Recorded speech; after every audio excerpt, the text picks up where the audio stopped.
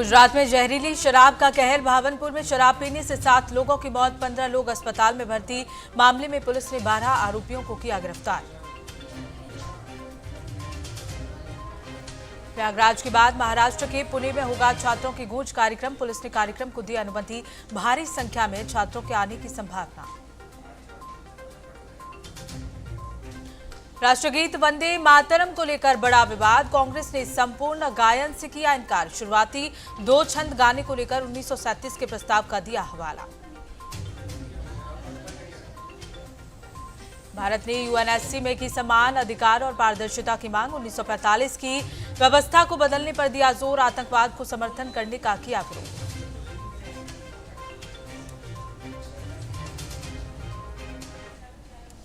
नमस्कार, मैं पूनम तांगर, आप देख रहे हैं टीएनपी न्यूज। बुलेटिन की शुरुआत करेंगे बड़े अपडेट के साथ, जहां राहुल गांधी के कार्यक्रम को पुणे पुलिस की मंजूरी मिल गई है। बता दें कि छात्रों की गूंज के लिए अब 30 शर्तें लागू हो गई हैं। 22 अगस्त को पुणे में कार्यक्रम का आयोजन होगा। आपत्तिजनक बैनर पोस्टर दिखाने पर रोक लगाई गई है। कार्यक्रम में 10,000 लोगों के पहुंचने का अनुमान है।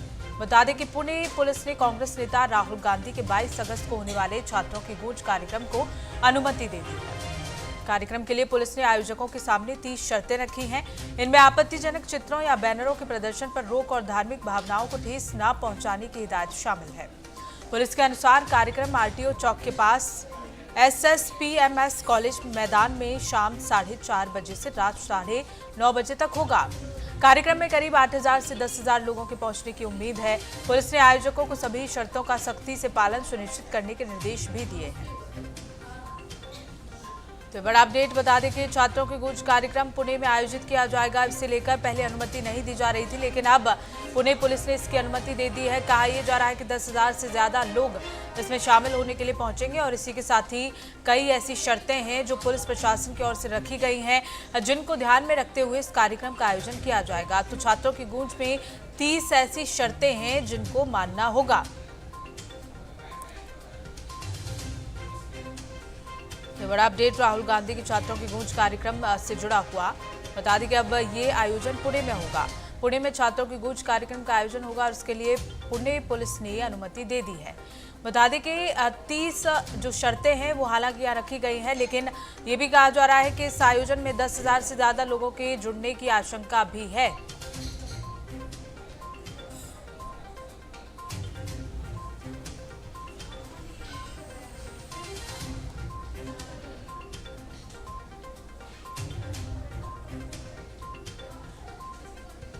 तो बड़ा अपडेट, छात्रों की गूंज कार्यक्रम को लेकर राहुल गांधी के कार्यक्रम को पुणे पुलिस की मंजूरी मिल गई है। बता दें कि पहले मंजूरी नहीं मिल रही थी। कार्यक्रम में 10,000 लोगों के पहुंचने का अनुमान भी लगाया जा रहा है। बता दें कि जिस तरह से पिछले कुछ दिनों में लगातार छात्रों की गूंज कार्यक्रम का आयोजन किया जा रहा है, बड़ी संख्या में छात्र राहुल गांधी से मिलने पहुंचते हैं, वहां अपनी शिकायतों को सामने रखा जाता है और राहुल गांधी भी पूरी तरह से उन्हें समर्थन देते हुए नजर आते हैं। तो ऐसे में छात्रों की गूंज कार्यक्रम को यहाँ सभी का समर्थन मिलता हुआ नजर आ रहा है। सबसे ज्यादा युवा इस कार्यक्रम में जुड़ने के लिए पहुंचते हैं और आपत्तिजनक बैनर पोस्टर दिखाने पर भी इस कार्यक्रम में रोक लगाई गई है।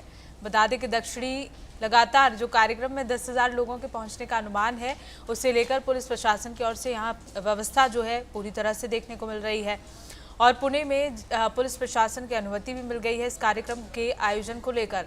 और इसी खबर को लेकर हमारे साथ संवाददाता अपराजिता जुड़ गई हैं। अपराजिता, पुणे में अब अनुमति मिल गई है पुलिस प्रशासन की ओर से इस कार्यक्रम के आयोजन को लेकर। पहले कहा जा रहा था कि अनुमति नहीं दी जा रही थी, क्या कुछ कारण रहा उन सबका और इसे लेकर किस तरह की तैयारियां पुणे में देखने को मिल रही हैं?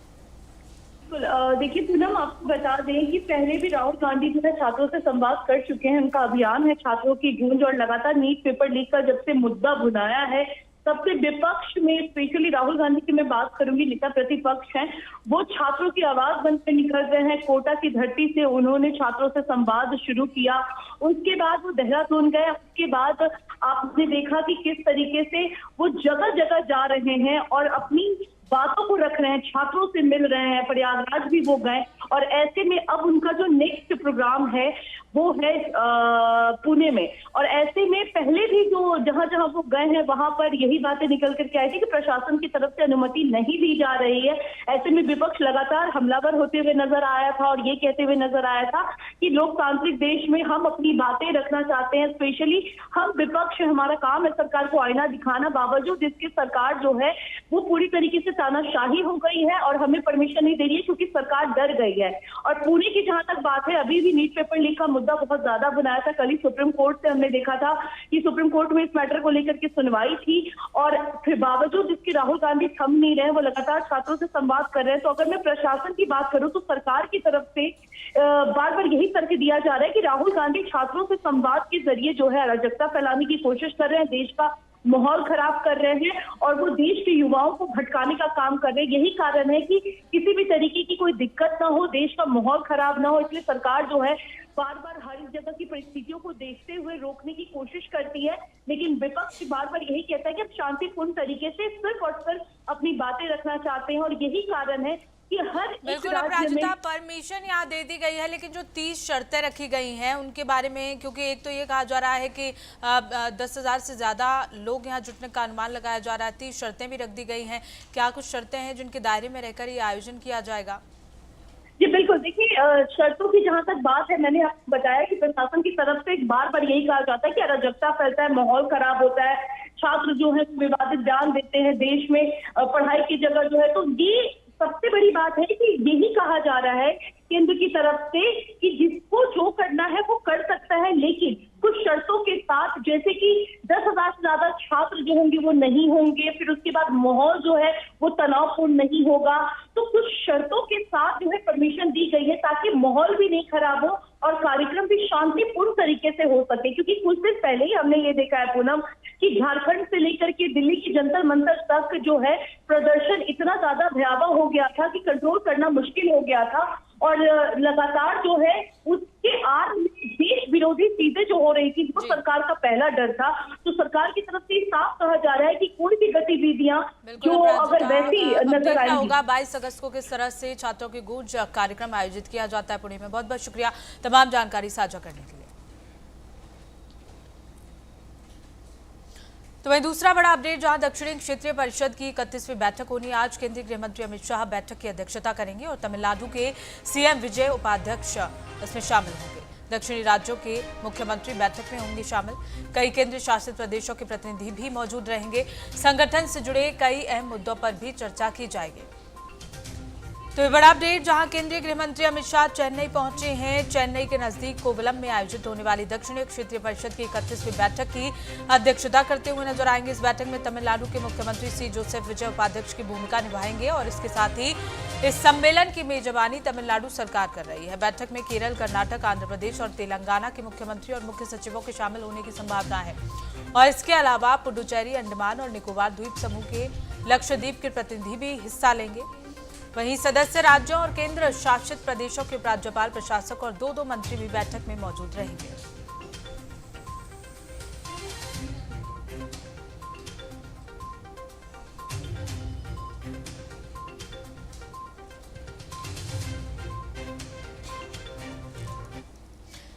वहीं शिलांग में केएसयू की बाइक रैली के दौरान हिंसा, 5 सूत्रीय मांगों को लेकर प्रदर्शन किया जा रहा था। बॉस विवेकानंद की प्रतिमाओं को नुकसान पहुंचा है। असम के वाहनों पर हमले का आरोप लगाया गया। हिंसा के बाद मेघालय में तनाव की स्थिति बनी हुई है। बता दें कि मेघालय की राजधानी शिलांग में खासी स्टूडेंट यूनियन यानी केएसयू की ब्लैक फ्लैग बाइक रैली के दौरान हिंसा और उपद्रव के आरोप लगाए गए हैं। प्रदर्शनकारी सरकार से अपनी 5 सूत्री मांगों पर कार्रवाई की मांग कर रहे थे। आरोप ये लगाया जा रहा है कि प्रदर्शन के दौरान नेताजी सुभाष चंद्र बोस और स्वामी विवेकानंद की प्रतिमाओं को नुकसान पहुंचाया गया और आगजनी की घटनाएं भी हुई। असम से मेघालय जा रहे वाहनों को भी कथित तौर पर निशाना बनाया गया। हिंसक घटनाओं की तस्वीरें कैमरे में कैद होने का दावा किया जा रहा है। घटनाओं के बाद शिलांग समेत पूरे मेघालय में तनाव का माहौल भी बना हुआ है।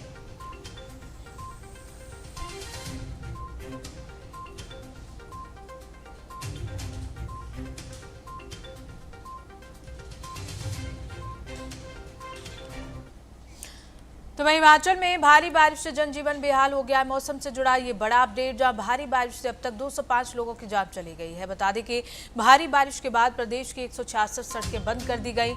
बारिश से 1033 करोड़ रुपए का अनुमान, पेयजल और बिजली आपूर्ति भी प्रभावित। प्रदेश में 21 अगस्त तक भारी बारिश का अलर्ट जारी है। ये तस्वीरें हिमाचल प्रदेश की हैं, जहां लगातार हो रही भारी बारिश से जनजीवन बुरी तरह प्रभावित है। भूस्खलन, पेट गिरने और नालों के उफान से राज्य में 166 सड़कें बंद हैं, जबकि पेयजल और बिजली आपूर्ति भी प्रभावित हुई है। मानसून के दौरान अब तक 205 लोगों की जान जा चुकी है और 1033 करोड़ रुपए से ज्यादा का नुकसान प्रदेश को हुआ है। बीते 24 घंटे में बिलासपुर, हमीरपुर और सोलन में 120 से 150 मिलीमीटर तक बारिश दर्ज की गई। मौसम विभाग ने 20 और 21 अगस्त को ऊना, कांगड़ा, मंडी, कुल्लू और सिरमौर में भारी बारिश की चेतावनी दी है। 23 अगस्त के बाद बारिश में कमी की संभावना हालांकि जताई जा रही है।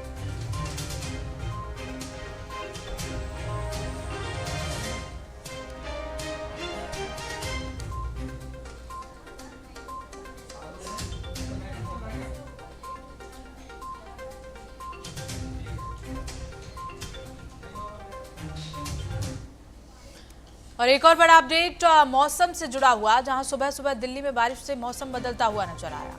भारी बारिश से दिल्ली के कई इलाके जलमग्न। बारिश के बाद दिल्ली एयरपोर्ट रोड पर भी पानी भरा।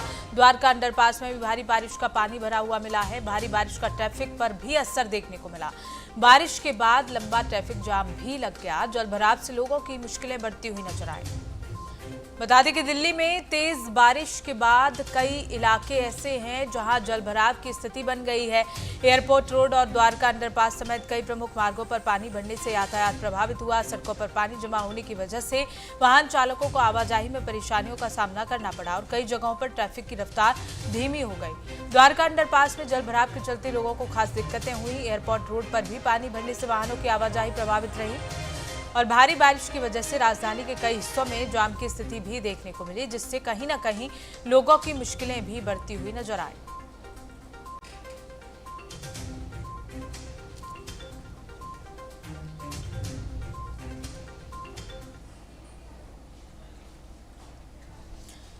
तो बता दें कि दिल्ली के अलग अलग इलाकों से ये 5 तस्वीरें, जहां बारिश की वजह से जनजीवन अस्त व्यस्त देखने को मिला। जनपद रोड, राव तुलाराम मार्ग और चाणक्यपुरी से ये तस्वीरें, जहां बारिश की वजह से परेशानी कहीं ना कहीं लोगों को बढ़ती हुई नजर आई।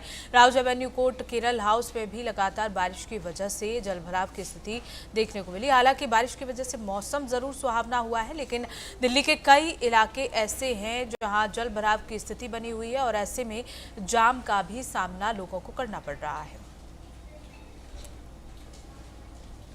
आम आदमी पार्टी के 2 नेताओं पर गिरफ्तारी का खतरा। क्लासरूम घोटाले में सिसोदिया पर कार्रवाई संभव हो सकती है। बता दें कि अस्पताल घोटाले में सौरभ भारद्वाज घिरे हुए हैं। दोनों मामलों की जांच लगभग पूरी हो गई है। एसीबी जल्द बड़ी कार्रवाई कर सकती है। तो दिल्ली में आम आदमी पार्टी के 2000 करोड़ रुपए के क्लासरूम और 1000 करोड़ रुपए के अस्पताल घोटाले से जुड़े मामलों में पूर्व मंत्रियों की मुश्किलें बढ़ सकती हैं। एसीबी ने क्लासरूम घोटाले में सत्येंद्र जैन और मनीष सिसोदिया, जबकि अस्पताल घोटाले में सत्येंद्र जैन और सौरभ भारद्वाज समेत अन्य के खिलाफ केस दर्ज किया है। अधिकारियों के मुताबिक दोनों मामलों की जांच लगभग पूरी हो चुकी है। क्लासरूम मामले में सरकारी स्कूलों के निर्माण में कथित अनियमितताओं, जबकि अस्पताल मामले में नियमों, टेंडर शर्तों और वित्तीय प्रोटोकॉल के उल्लंघन के आरोप हैं। ऐसे में आरोपितों की गिरफ्तारी की संभावना जताई जा रही है।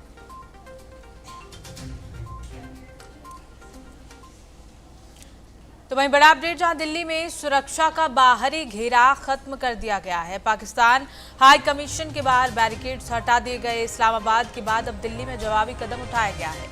हाई कमीशन के बाहर बोलार्ड भी हटाए गए। भारतीय मिशन की सुरक्षा हटने के बाद ये कार्रवाई की गई है। दोनों देशों के बीच अब जो कूटनीतिक तनाव है वो बढ़ता हुआ नजर आ रहा है। तो दिल्ली में पाकिस्तान हाई कमीशन के बाहर सुरक्षा का बाहरी घेरा हटा दिया गया। दिल्ली पुलिस ने हाई कमीशन के बाहर लगे ट्रैफिक बोलार्ड और बैरिकेड्स को हटाया। ये कदम इस्लामाबाद में भारतीय उच्चायोग के बाहर सुरक्षा व्यवस्था में बदलाव के बाद उठाया गया। बताया जा रहा है कि कुछ दिन पहले पाकिस्तान में भारतीय मिशन के बाहर पार्किंग पोल हटाए गए थे। इसके बाद भारत ने भी दिल्ली में पाकिस्तान हाई कमीशन के बाहर सुरक्षा व्यवस्था में बदलाव कर दिया। इस कार्रवाई को दोनों देशों के बीच जारी कूटनीतिक तनाव के बीच जवाबी कदम के तौर पर देखा जा रहा है। इससे पहले दोनों पक्षों की सुरक्षा व्यवस्थाओं को लेकर गतिविधियां बढ़ी थी।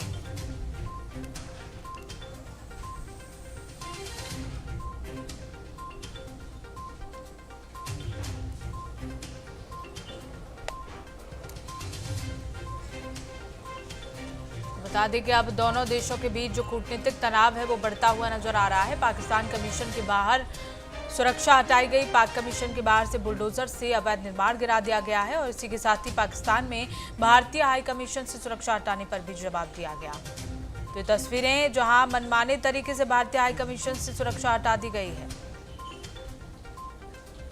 दोनों देशों के बीच अब कूटनीतिक तनाव बढ़ता हुआ नजर आ रहा है और इसी के साथ ही ये तस्वीरें जहां भारत ने पाकिस्तान को करारा जवाब दिया है। और इस बीच एक बड़ा अपडेट जहां महाराष्ट्र सरकार का बड़ा फैसला देखने को मिला है। बता दें कि महाराष्ट्र सरकार ने एक बड़ा फैसला लिया है। महाराष्ट्र सरकार ने मराठी नहीं जानने वाले ड्राइवरों पर सख्ती शुरू कर दी है। बता दें कि अब ऑटो टैक्सी चालकों के लिए मराठी अनिवार्य कर दी गई है महाराष्ट्र में। बता दें कि भाषा को लेकर एक बार फिर से विवाद यहां शुरू हो गया। आज से विशेष अभियान चलाकर ये कार्रवाई की जाएगी और मराठी भाषा को लेकर यहां सरकार का ये बड़ा फैसला। नए बैच में भाषा ज्ञान का सत्यापन किया जाएगा और इसी के साथ ही पूरी प्रक्रिया की वीडियो रिकॉर्डिंग भी जरूरी कर दी गई है। तो महाराष्ट्र सरकार की ओर से फैसला लिया गया है। परिवहन मंत्री प्रताप सरनाइक ने इसकी घोषणा की है। महाराष्ट्र सरकार का ये बड़ा फैसला कि अब ऑटो टैक्सी ड्राइवर्स को मराठी बोलना होगा। मराठी नहीं जानने वाले ड्राइवरों पर सख्ती शुरू की जाएगी, यानी कि उन पर कार्रवाई होगी। ऑटो टैक्सी चालकों के लिए मराठी अनिवार्य कर दी गई है। तो महाराष्ट्र सरकार ने ये बड़ा फैसला लिया है। आज से विशेष अभियान चलाकर ये कार्रवाई होगी और इसी के साथ ही मराठी जो है वो बोलना अनिवार्य हो गया है। नए बैच में भाषा का ज्ञान का जो सत्यापन है वो भी कराया जाएगा।